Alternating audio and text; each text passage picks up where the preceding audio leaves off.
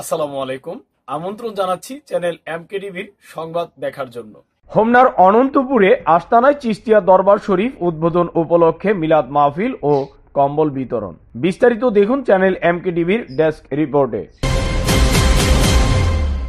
কুমিল্লার হোমনার জয়পুর ইউনিয়নের অনন্তপুর আস্তানায় চিশতিয়া দরবার শরীফ উদ্বোধন উপলক্ষে পবিত্র মিলাদ মাহফিল ও কম্বল বিতরণ করা হয়েছে। গত ৮ জানুয়ারি শুক্রবার বাদ জুম্মা হইতে মাগরিব পর্যন্ত প্রয়াত আব্দুল বাতেন চিশতি দরবার শরীফের আয়োজনে মিলাদ মাহফিল ও সংক্ষিপ্ত আলোচনা সভা শেষে শতাধিক শীতার্ত মানুষের মাঝে কম্বল এবং উপস্থিত ব্যক্তিদের মাঝে উন্নত তাবারুক বিতরণ করা হয়।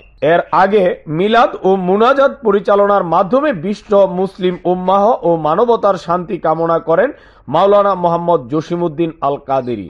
পরে নেতৃবৃন্দ পবিত্র আস্তানায় চিশতিয়া দরবার শরীফ এর শুভ উদ্বোধন করেন। এ সময় দরবারের খেদমতগার মোহাম্মদ রকিবুল ইসলাম খোকনের সভাপতিত্বে বক্তব্য রাখেন বিশিষ্ট কথা সাহিত্যিক ও বাংলাদেশ বেতারের গীতিকার কবি আহমেদ উল্লাহ, স্থানীয় ওয়ার্ড মেম্বার মোহাম্মদ মহারাজ, কথা সাহিত্যিক কবি বাশার তাসাউফ, নাট্যকার ও অভিনেতা সাংবাদিক এম.এ. কাশেম ভূঁইয়া, স্থানীয় সমাজ সেবক মোহাম্মদ আবু মুসা, বাংলাদেশ জাদু কল্যাণ শিল্পী পরিষদের সমাজ কল্যাণ সম্পাদক মোহাম্মদ মমিন প্রমুখ।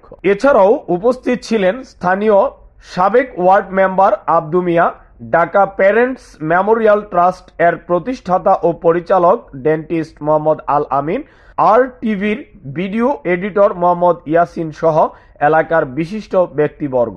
অতিথিবৃন্দ তাদের বক্তব্যে বলেন, প্রয়াত আব্দুল বাতেন ছিলেন একজন ধর্মভীরু পরোপকারী মানুষ।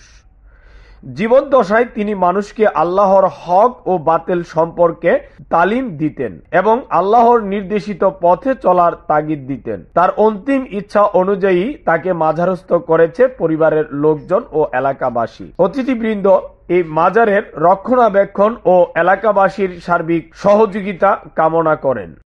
ইসলামী সুফিবাদ তরিকতপন্থী নিয়ে তিনি কাজ করতেন এবং সাধনা করতেন।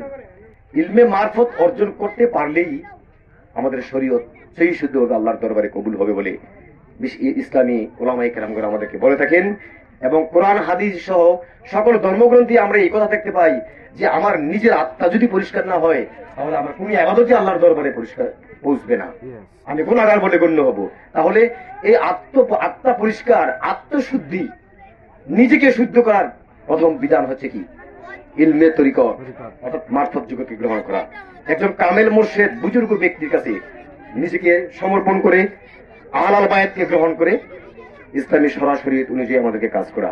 কিন্তু বর্তমান বাংলাদেশ সহ বিভিন্ন দেশে ভণ্ড পীরের আস্তানা আখড়ায় ব্যঙ্গের সাথে বেশি আস্তানা করাইছে, দেখা যাচ্ছে সেখানে সত্য মার হয়ে গেছে।